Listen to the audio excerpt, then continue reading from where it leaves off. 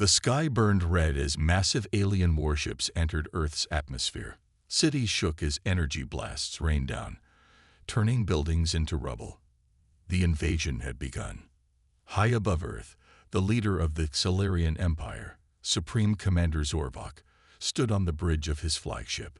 His golden armor gleamed under the cold blue lights of his warship. He watched as his fleet moved into position, preparing to take full control of the planet. "Humans are weak," Zorvok said, his voice filled with confidence. "This war will be over before their sun sets." His officers laughed, agreeing with him. The Xelarians had conquered hundreds of planets, and every time, the battle was quick and easy. They saw humans as nothing more than primitive creatures, an easy target for their superior technology. The first strike. In New York City, millions of people looked up in terror as alien warships hovered above them. Suddenly, bright green beams shot down, vaporizing entire buildings in seconds. People screamed and ran as the attack continued. Military forces around the world scrambled into action. Fighter jets took off, anti-aircraft missiles fired, and ground troops prepared for battle.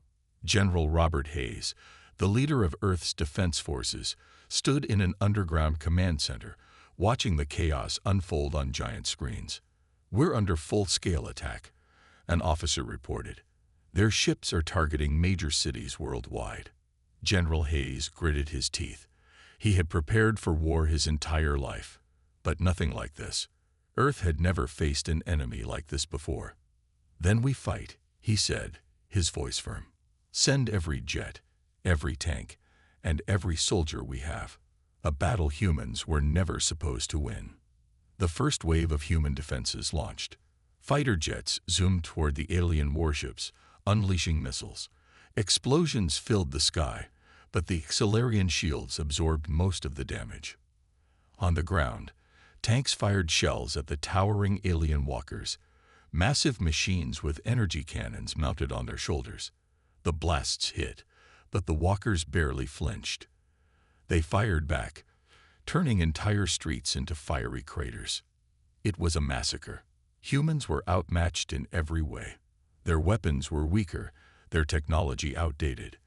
The Xelarians pushed forward, crushing everything in their path. From his flagship, Zorvok watched the battle and smirked. "Pathetic," he muttered. "I expected more. Humanity refuses to die." But the humans did something that shocked the aliens. They didn't surrender. They didn't run. They fought back. A squad of soldiers, led by Captain Ryan Carter, set up an ambush in the ruins of a destroyed city. They knew their guns wouldn't pierce the aliens' armor, so they used explosives, snipers, and clever tactics. As an alien patrol passed through, the humans struck.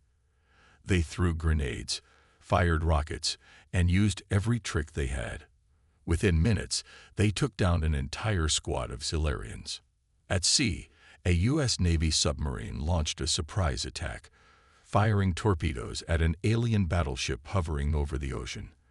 The ship exploded, crashing into the water. News spread fast. Across the world, resistance groups formed.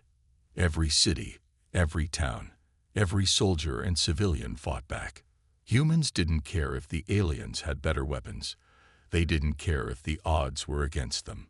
They were fighting for their home. A war unlike any other.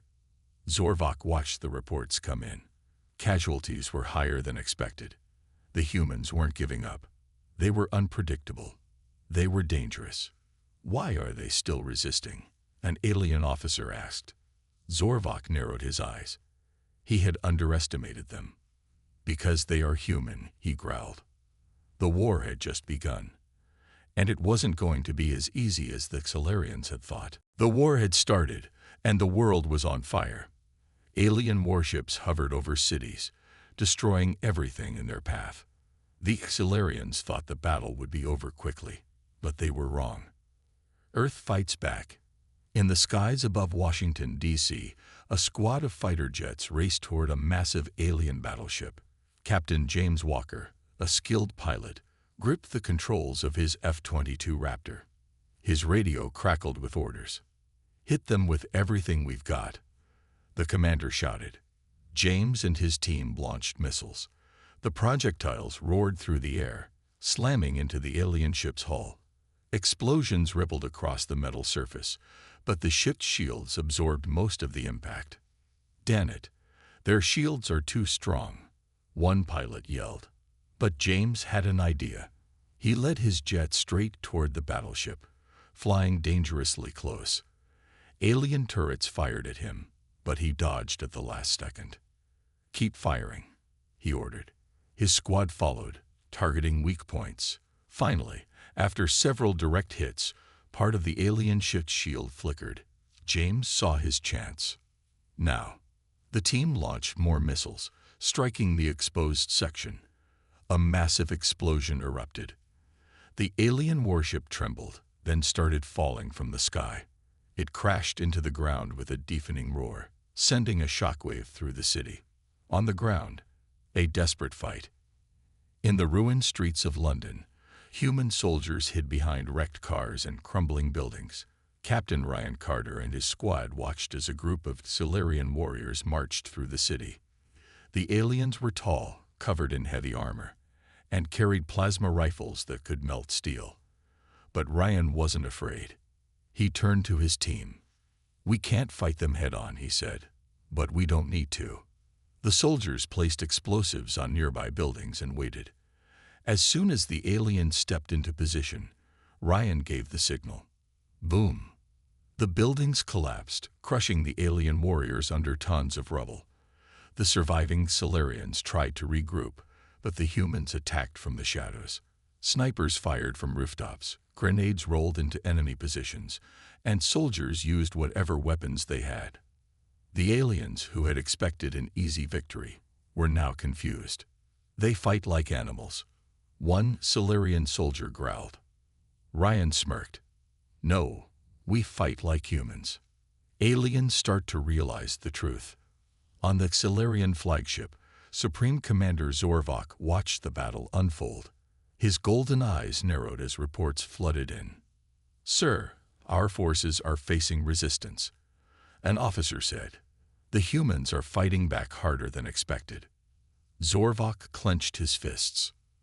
"They are supposed to be weak," he snapped. But the evidence was clear. The humans were not weak. They were dangerous. In Paris, a human resistance group hacked into an alien drone system and turned the machines against their own army. In Tokyo, an old military bunker was reactivated and missiles launched at enemy warships. In Russia, a group of soldiers hijacked an alien transport ship and used it to infiltrate the enemy's base. Everywhere, humans adapted. They refused to give up. The war was changing. The Silurians had thought this would be an easy war. But now, they were starting to doubt themselves. Zorvok turned to his advisors. "We must crush them before they grow stronger. Send in the elite forces. No more mercy." The Silurians prepared their next move, but deep down, for the first time, they felt something strange. Fear. The humans were not just fighting to survive. They were fighting to win. The Silurians had expected an easy victory. Instead, they were getting chaos. The humans were not fighting like any species they had conquered before. They were unpredictable, clever, and ruthless. A deadly trap. In the ruins of New York City, Captain Ryan Carter and his squad moved silently through the rubble. The air smelled of smoke and ash. Alien patrols walked through the streets, scanning for survivors. Ryan signaled his men to hide. The Silurians were heavily armored, their plasma rifles glowing in the darkness. A direct fight would be suicide. But Ryan had no intention of fighting fair. A group of aliens approached an abandoned police car. A ticking sound came from inside. Boom! The car exploded, sending shrapnel flying. Several aliens were thrown back, their armor shattered. Before the remaining Silurians could react, Ryan's men attacked. Snipers on rooftops fired precise shots, hitting weak points in the aliens' armor. Soldiers rolled grenades under enemy feet. The Silurians fought back, but they were confused. This wasn't a normal battle. The humans weren't standing in neat battle lines. They were hiding, ambushing, striking fast, and then disappearing. One alien officer roared in frustration. "These humans fight like cowards." Ryan smirked as he reloaded his rifle. "No, we fight smart. Hacking the enemy." Miles away, deep underground in a hidden bunker, a young hacker named Alex Torres stared at his laptop screen. His fingers flew across the keyboard as he hacked into an alien communication network. Come on," he muttered. The Solarians had advanced technology, but Alex had something they didn't: human ingenuity. After hours of trying, he finally cracked the system. "I'm in," he shouted. He quickly accessed alien drone controls and sent new orders. High above, in the sky over London, a squadron of Solarian drones suddenly turned against their own soldiers. Plasma blasts rained down, destroying alien positions. The Solarians panicked. Their own machines were betraying them, stealing alien weapons. In the African desert, a team of human commandos watched as an alien supply convoy passed through a canyon. The convoy carried weapons, food, and armor, everything the enemy needed to continue the invasion. Sergeant Malik grinned. "Let's take their toys, boys." The commandos set explosives on the rocky cliffs above. As soon as the convoy entered the canyon, they detonated the charges. Boom! Rocks crashed down, blocking the exits. The aliens were trapped.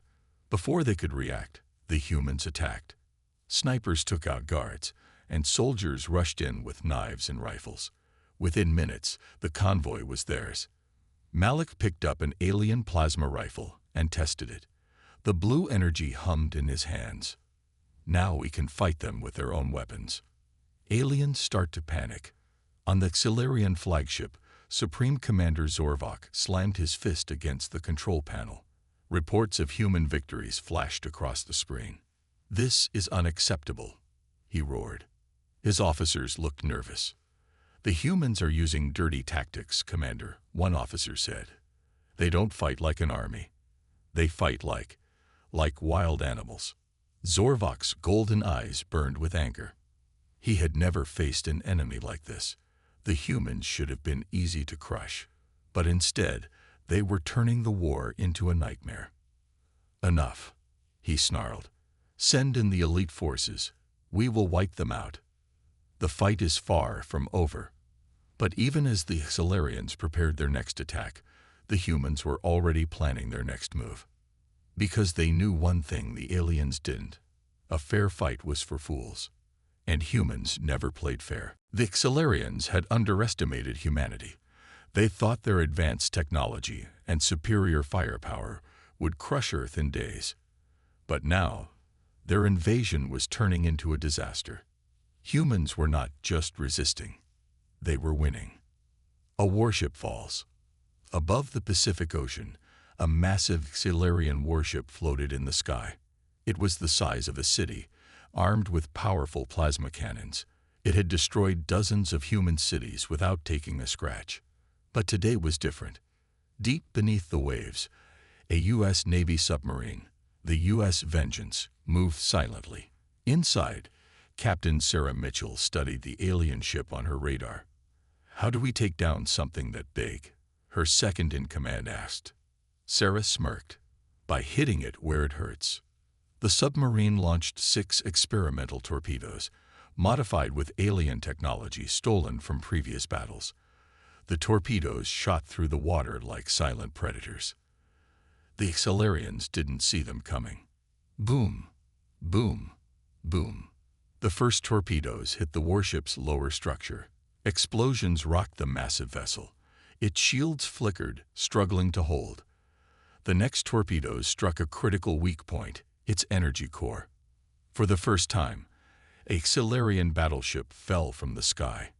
It crashed into the ocean, sending a massive tidal wave in all directions. On board the Solarian flagship, Supreme Commander Zorvok watched in shock as one of his greatest warships disappeared beneath the waves. His officers looked at him, waiting for orders.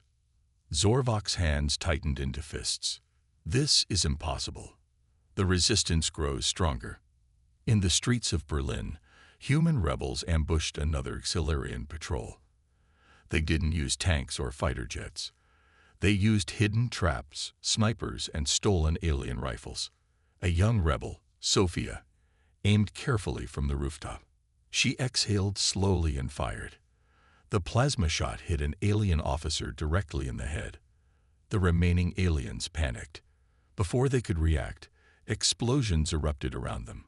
Humans had planted bombs under the street. Within seconds, the entire patrol was wiped out. The leader of the Berlin resistance, an old soldier named Victor, looked at his people and nodded. "We are no longer running. We are hunting." Xilarian fear begins. Across the battlefield, reports of human victories kept coming in. In India, a group of engineers hacked into an alien power station, shutting down shields for a major Xilarian base. In Brazil, guerrilla fighters destroyed an alien supply route, cutting off food and weapons for the enemy.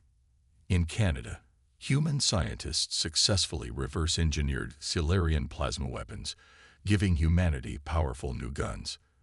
The Xilarians were no longer the hunters. They were the prey. A conversation of fear. On board the Xilarian command ship, a meeting of high-ranking alien leaders was taking place.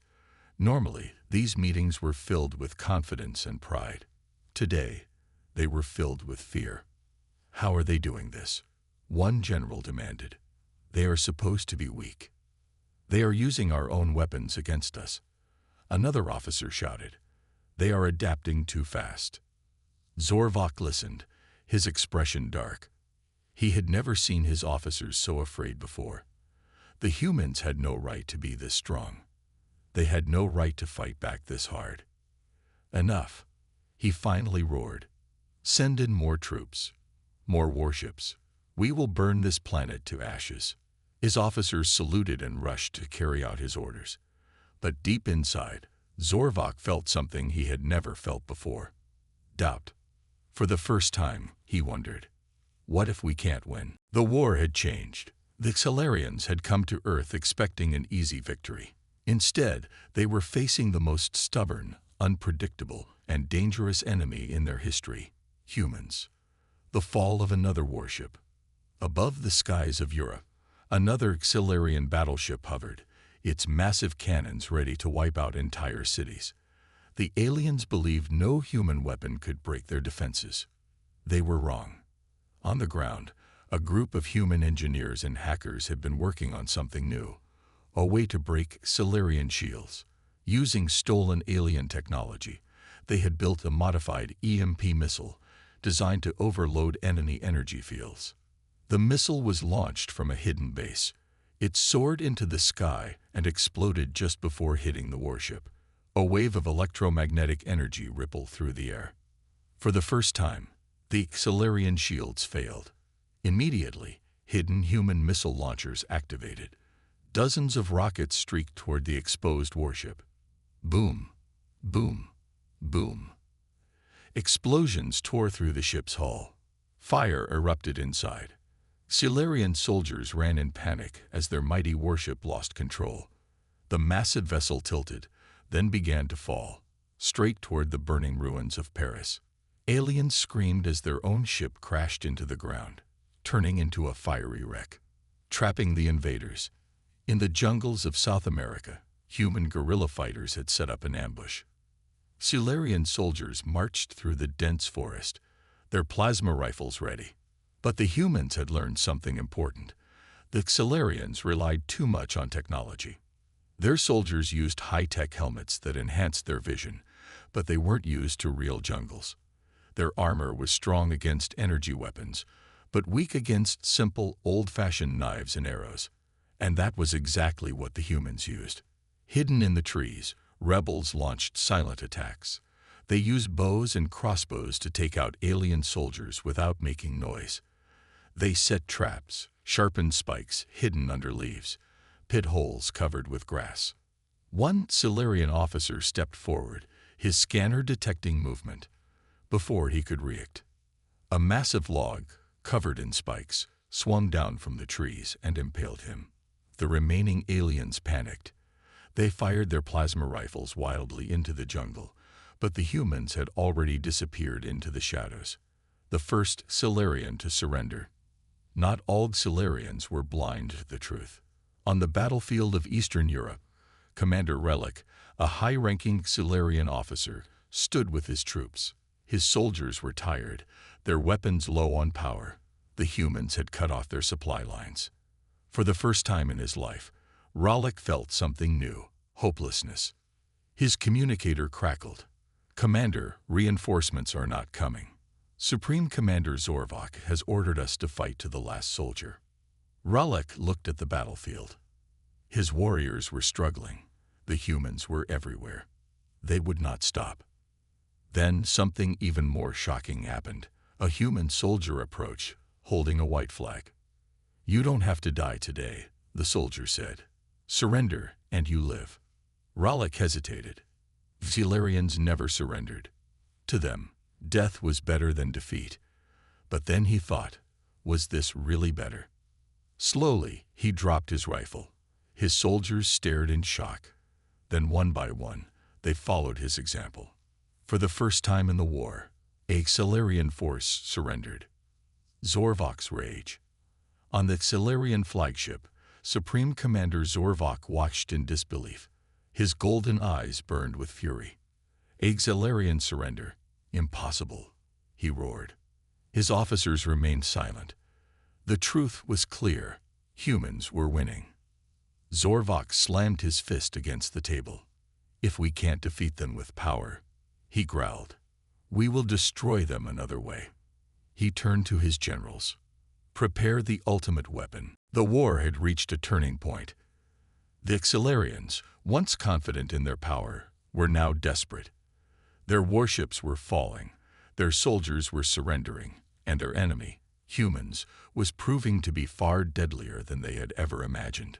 But Supreme Commander Zorvok was not ready to accept defeat. He had one final plan. A weapon so terrible, so powerful, that it would burn Earth to ashes. The Planet Killer. Deep in space, hidden behind the dark side of Earth's moon, a massive Solarian war station powered up.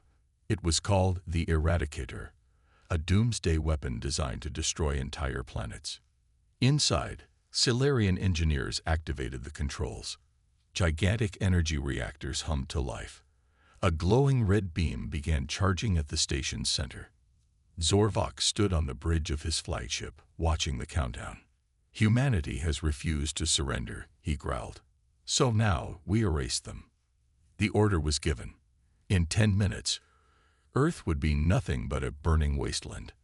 Humans discovered the truth. But the humans were not blind. In a secret military base deep under the Rocky Mountains, a team of scientists and hackers intercepted the Solarian transmissions. They learned about the Eradicator.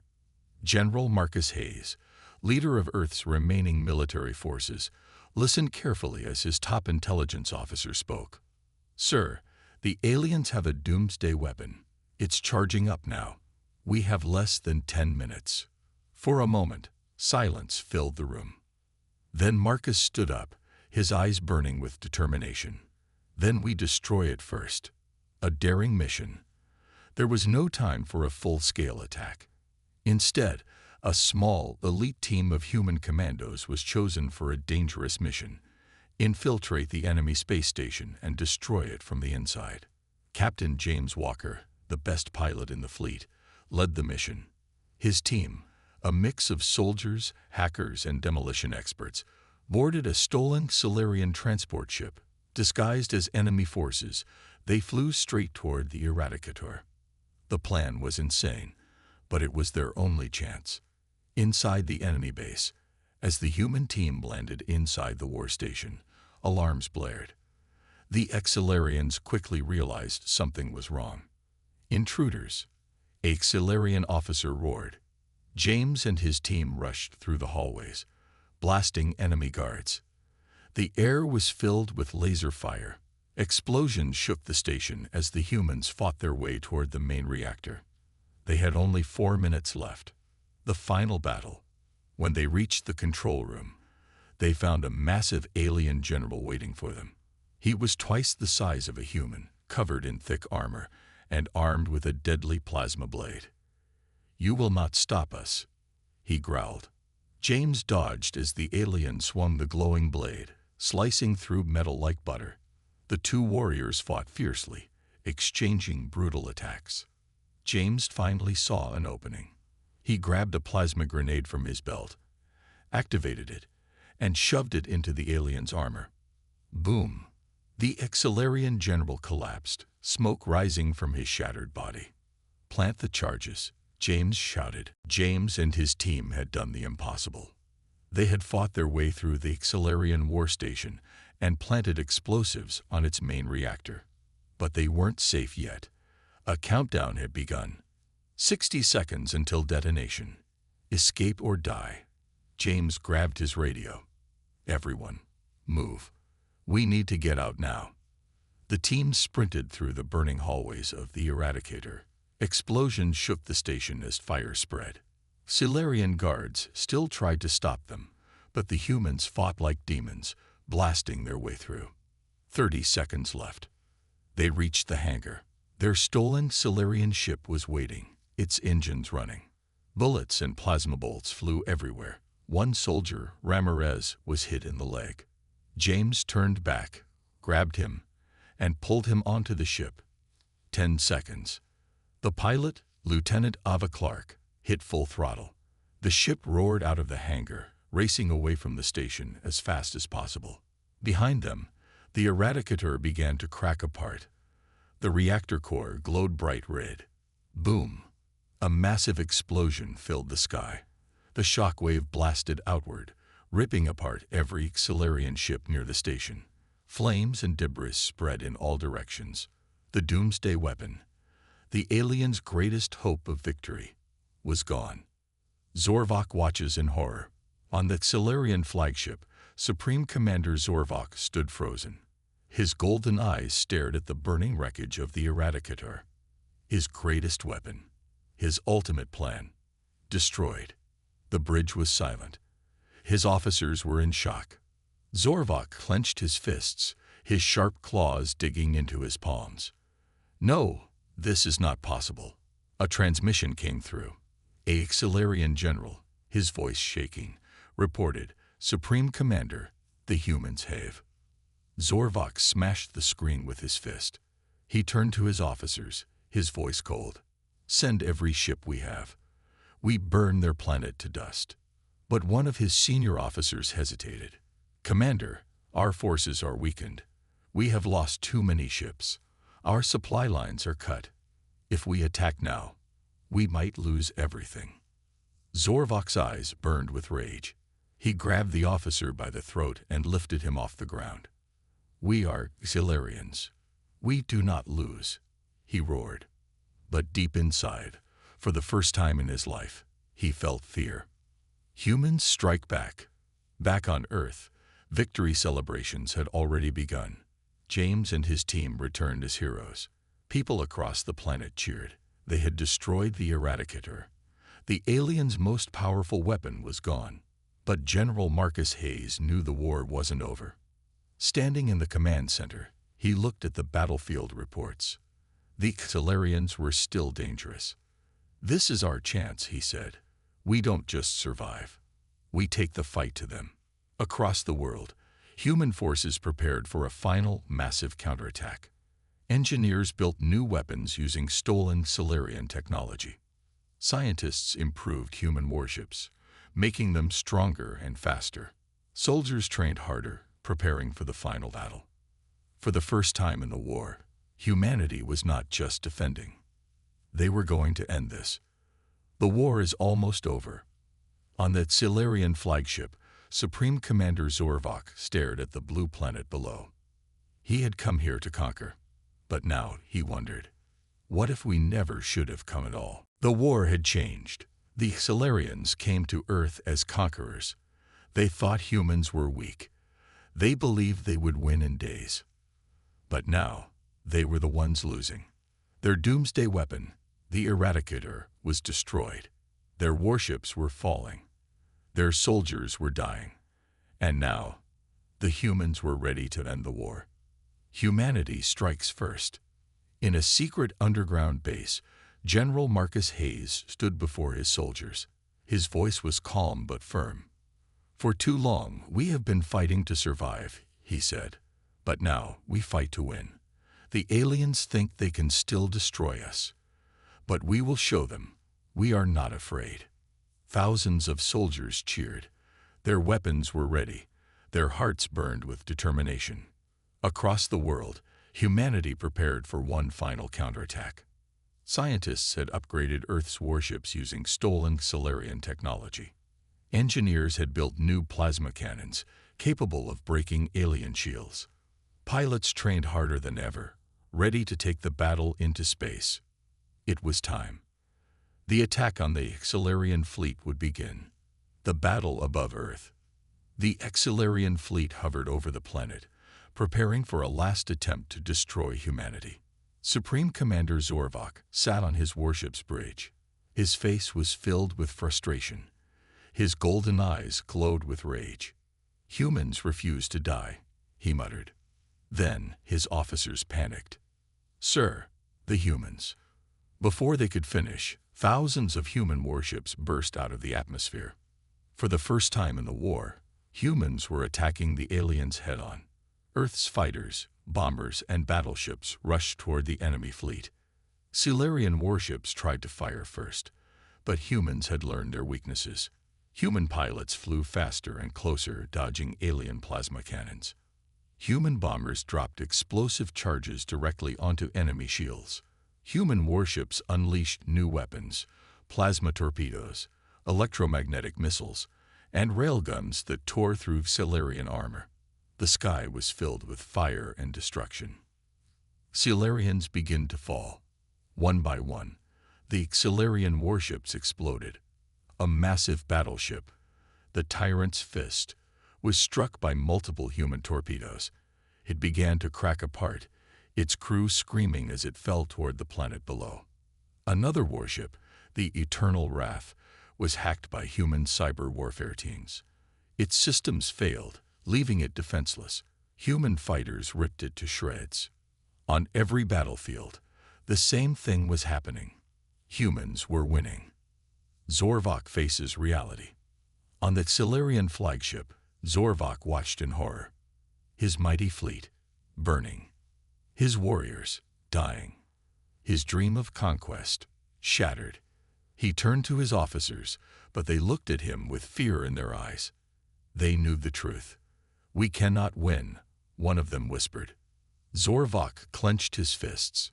He refused to accept it. He refused to believe it. But deep down, he knew. The Solarians had lost. The final message. As human forces surrounded the last remaining Solarian ships, General Marcus Hayes sent a message to Zorvok. "Surrender now," he said, "or be destroyed." Zorvok stared at the message. His pride screamed at him to fight to the last soldier. But what was the point? If he continued, every Solarian would die. He closed his eyes, his body shaking with rage and shame. Then, for the first time in Solarian history, a supreme commander gave the order to surrender. The war was over. The Solarian fleet, once mighty and unstoppable, was now in ruins. Their warships were either destroyed or captured. Their soldiers had surrendered. And their supreme commander, Zorvok, had admitted defeat. But for humanity, victory was not enough. They had to make sure this never happened again. Zorvok's shame.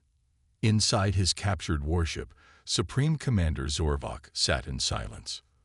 For the first time in his life, he felt something no Solarian had ever experienced: defeat.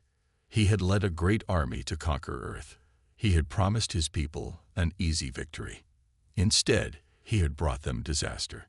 The doors to his cell opened. General Marcus Hayes stepped inside, his cold eyes staring at the alien leader. "You thought humans were weak," Marcus said. "Now you know the truth." Zorvok looked up, his golden eyes burning with shame. "You fight like monsters," he muttered. "You never give up." You never break. You are not like other species. Marcus folded his arms. And that's why you lost. The final decision. The world's leaders gathered in a secret underground base. The war was over, but the question remained, what to do with the Xilarians. Some wanted to wipe them out completely so they would never be a threat again. Others wanted to show mercy and let them return home. Marcus stood before the leaders. His voice was firm. Killing them all would make us like them. But letting them go without a lesson would be foolish. The room fell silent. We give them one chance, Marcus continued. They leave now. But if they ever return as enemies, he narrowed his eyes, we will not stop at just winning. We will destroy them. The leaders nodded. Humanity had spoken. The warning to the galaxy. The remaining Xilarian ships were allowed to leave, but they carried a message, a warning. As Zorvok's damaged flagship prepared to jump into hyperspace, a final transmission was sent to every known alien race in the galaxy. It was a video of the war. Xilarian warships falling from the sky. Human soldiers defeating alien warriors. The destruction of the Eradicator, the ultimate weapon. At the end of the message, General Marcus Hayes appeared on the screen. His words were simple, clear, and terrifying. To any species thinking of attacking Earth, don't. You will lose, and if you come again, we will make sure you never return home. The message spread across the galaxy. Aliens who once laughed at humanity now feared them. No one would dare attack Earth again, because now the universe knew the truth. Humans were not prey. Humans were the deadliest species in the galaxy.